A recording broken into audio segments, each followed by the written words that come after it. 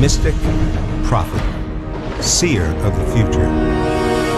Nostradamus, arguably the world's most famous astrologer. He is credited with forecasting some of the most dramatic and shocking events of the last 450 years. Did this French prophet really predict these major disasters? It is time for historians and astrologers to examine Nostradamus' calculations and attempt to decode his prophecies as we open the mystery files on Nostradamus.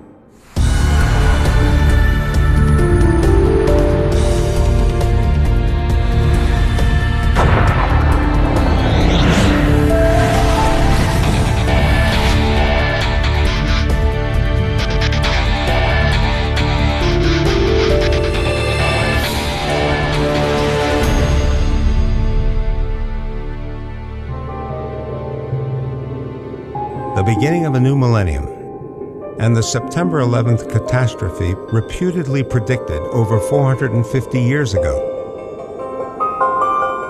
Latitude 45, the sky shall burn. To great new city shall the fire draw nigh. With vehemence the flames shall spread and churn, when with the Normans they conclusions try. Desperately seeking ways to make sense of this terrible act, it takes just a few days for people to connect the words of 16th century astrologer Nostradamus with the tragedy on 9/11/2001. Historian Ian Wilson has pieced together the story of Nostradamus' life and work.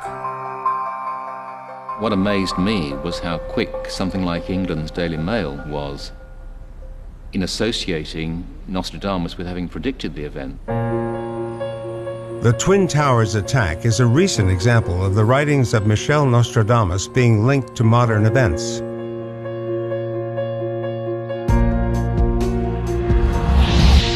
His fame has endured because of this single book, Les Prophéties. It contains 942 strange predictions, which since their publication in 1555, have been attributed to many of history's major turning points. In the case of World War II, his references to Hister were regarded as being references to Hitler. You can go back and Napoleon has been considered, the Great Fire of London has been considered.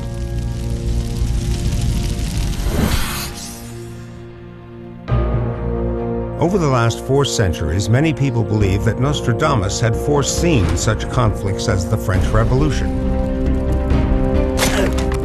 and the great wars of the 20th century, and even details like the assassination of American President John F. Kennedy, and finally, a great apocalypse. But the true meaning of his prophecies remains elusive, as is his own life story.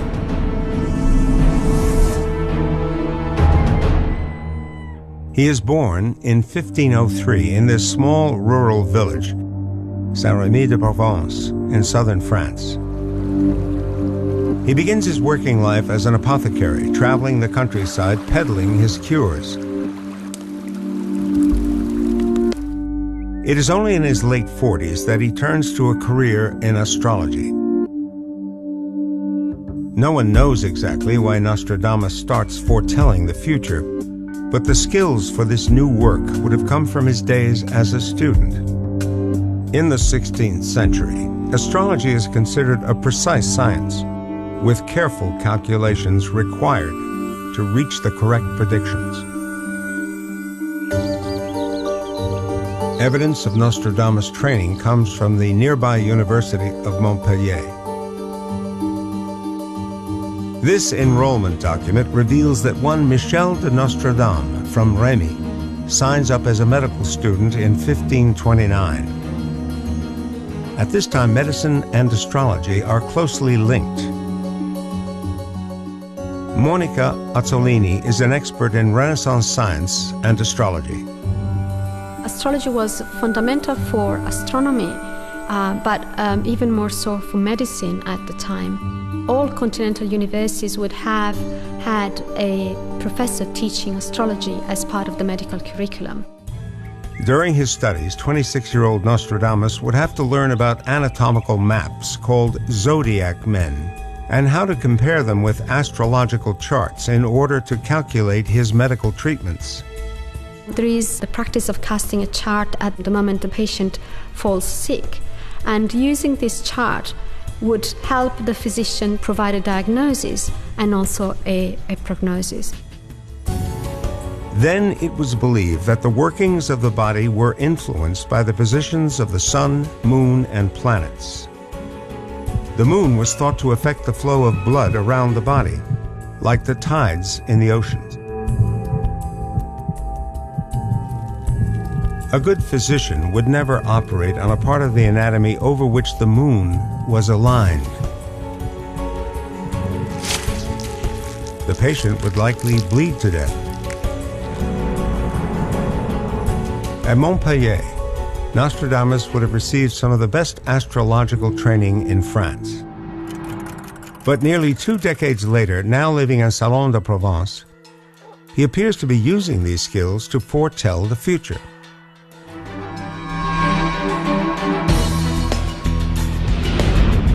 Peter Lemesurier has spent more than 10 years analyzing in depth Nostradamus' prophecies.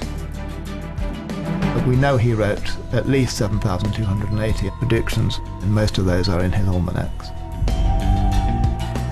The majority of Nostradamus' predictions don't come from the Prophecies book, but from almanacs, booklets of predictions for the year, which he publishes from 1550 until his death in 1566. The almanacs are designed for a mass market. One has to bear in mind that Nostradamus was writing only about a century after the invention of printing with movable type. It was, if you like, the IT of the day, a new technology, and Nostradamus made full use of it.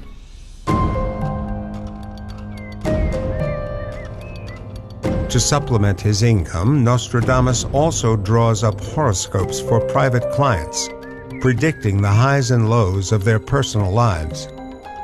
Astrology in the early part of the Renaissance is very much an elite discipline, but increasingly becomes more common to have one's horoscope cast. His almanacs and horoscopes not only make Nostradamus wealthy, but famous. There can be no doubt that Nostradamus, in his own lifetime, achieved a huge reputation, not only with his own country of France, but overseas. In the 16th century, people are trying to understand the world around them. Everybody assumed that the end of the world was nigh because disease and famine and death and war, they were all over Europe. The prevailing sentiment in the Renaissance was a mix of fear and belief. So the only thing that could save you from fear was belief. Nostradamus recognizes this need and takes full advantage of it. In time, he becomes known by the highest powers in France. He put in 1 or 2 intriguing predictions. He says, the king needs to watch for it this year, and that, of course, is what caused him to be called to the royal court. Having entered the circles of high society, he becomes a favorite of many royals, including Catherine de' Medici, Queen of France, and her husband, King Henry II. King Henry II of France consulted Nostradamus' almanac each day. The level of Nostradamus' credibility becomes clear when in 1559 Henry dies in a freak jousting accident after a splinter goes into his eye.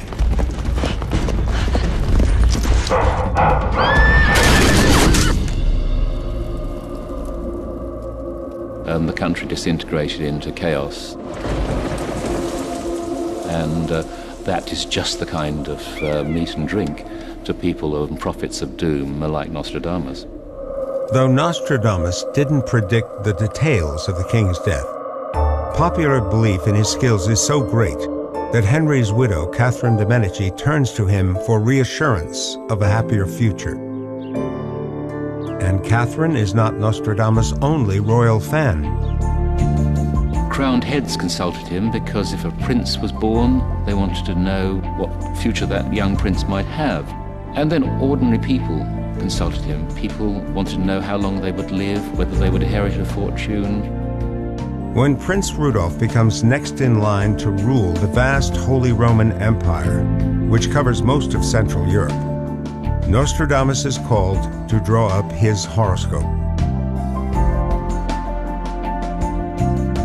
However, the story is more complex. Others during Nostradamus' lifetime fundamentally question his talent.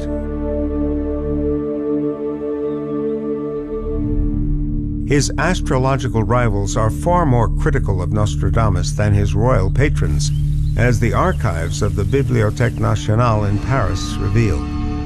It is certain you have no idea how to calculate by the sky, nor by any table. He certainly attracted some vicious comments from fellow astrologers. They accused Nostradamus of bad practice in drawing up his predictions, and there is some historical evidence to suggest his critics could be right according to the standards of the time. Professional jealousy may have fueled some criticism of Nostradamus, but historians have discovered that Nostradamus may not have completed his earlier medical and astrological training at Montpellier University. There is preserved a record of Nostradamus' registration as a medical student, followed almost immediately by striking out. This second registration document appears to show that Nostradamus is expelled from the school. His name is struck off the student list with a note in the margin citing his earlier profession as an apothecary or quack as the reason.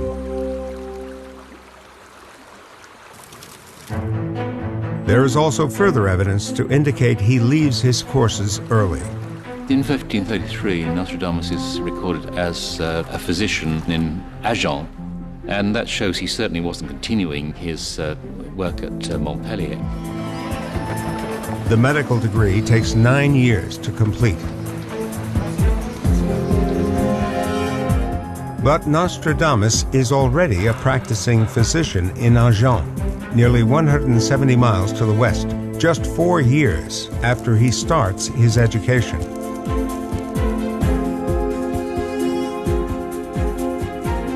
Nostradamus critics could have a basis for their claims that his prophecies are flawed. To search for evidence of his mistakes, experts have analyzed his prophetic work. Few of his horoscopes have survived, but the details of one that has, as transcribed in a contemporary diary, can be compared against historical fact. In the horoscope of one Antoine Suffren, written when he was young, Nostradamus says he would become bearded, brown-teethed, and bent-backed. He would quarrel with his brothers and live until 75. In reality, Antoine turns out clean-shaven, with good teeth, and straight-backed, has no family squabbles, and dies at 54. Nostradamus made a whole series of fundamental errors in that instance. This is the interesting thing. When he was specific, he could be wildly inaccurate. However, experts think Nostradamus has an out. Astrologers were skilled at leaving room for free will to change destiny. Suffren's horoscope is drawn up when he is a child, leaving plenty of room for his own free will to kick in as an adult. The loophole with horoscopes may explain or even justify the errors in prediction. The only way to get to the heart of Nostradamus' astrological skills is to examine the birth charts on which his horoscopes are based.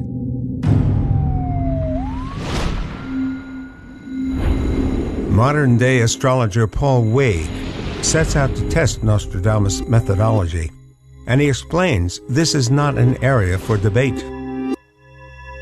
When you're drawing up a birth chart, your calculations are either correct or they're not. Prophecies, they're open to a certain amount of interpretation, conjecture, perhaps. But calculations are either right or they're not. Wade is looking at some of Nostradamus' birth charts, which are used as the basis for a person's horoscope. The chart is a symbolic view of the heavens at the precise time and exact location at birth, a snapshot of the sky. He has drafted his own charts to compare against Nostradamus' work. I have taken his birth data as Nostradamus had it on the chart, using largely the same conventions he would have used, pretty much from the point of view of just checking his maths. The chart is made up of distinct elements.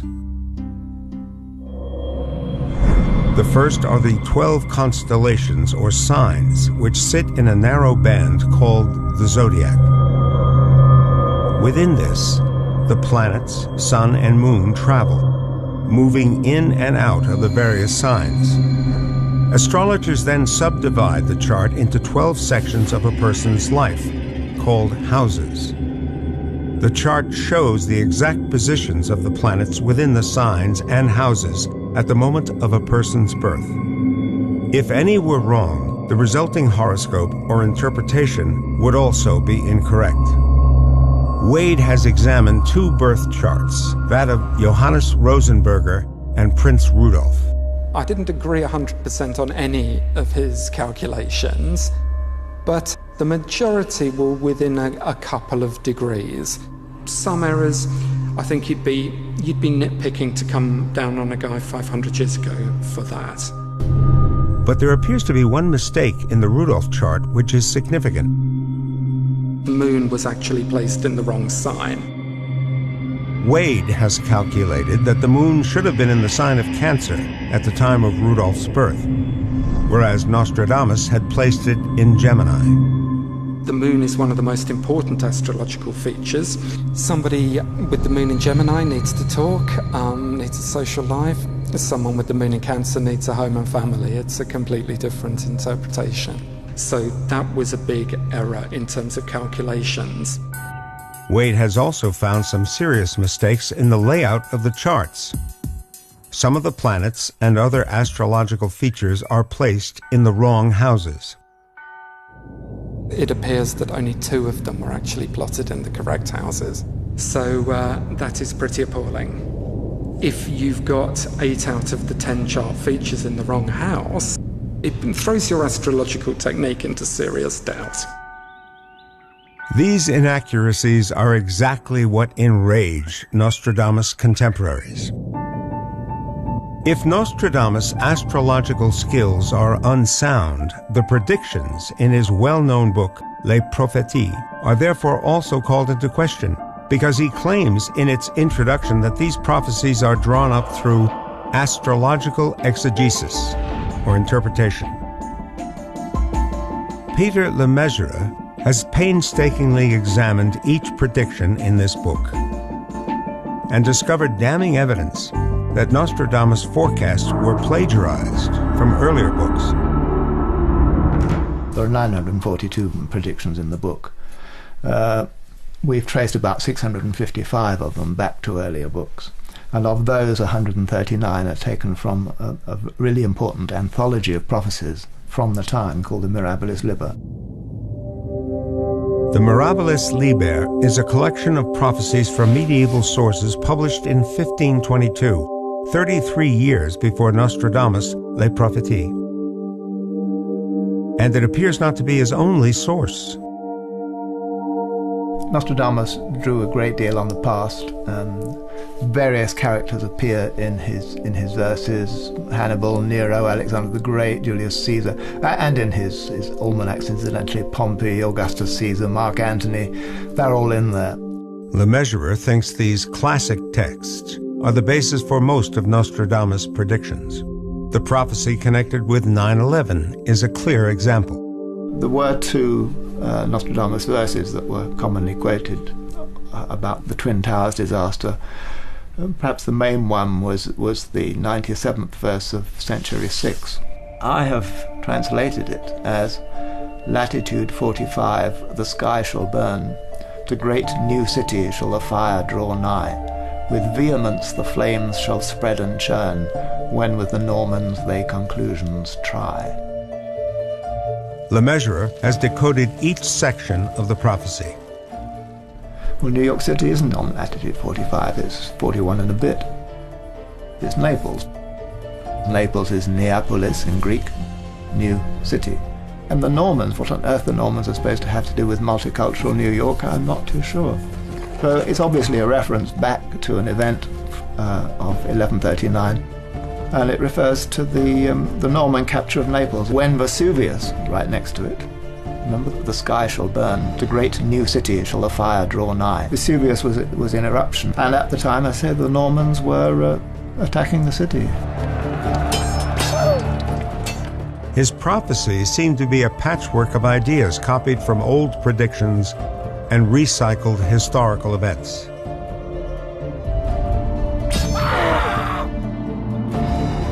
Nostradamus based his prophetic work on the idea that history repeats itself.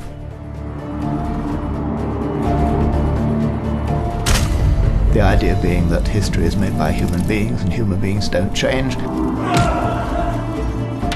Therefore, history doesn't change. It keeps coming around again.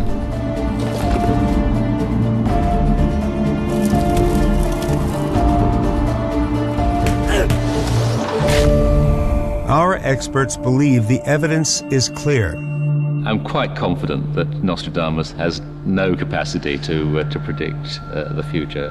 I imagine Nostradamus could predict the future in much the same way as you or I could, but not much beyond that. Yet such is the mystique surrounding Nostradamus that for over 4 centuries people have chosen not to question too deeply, instead selectively interpreting his words to fit events. However, one prediction is crystal clear, because it never happened. Despite the popular belief that he forecasts an apocalypse, Nostradamus' predictions actually continue into the 4th millennium, and then simply peter out. The only thing you can say and take some comfort from is the fact that if he could predict the future, then we're okay until about 3797. But if the past is anything to go by, these revelations probably won't stop people who want to believe that Nostradamus holds the key to the future.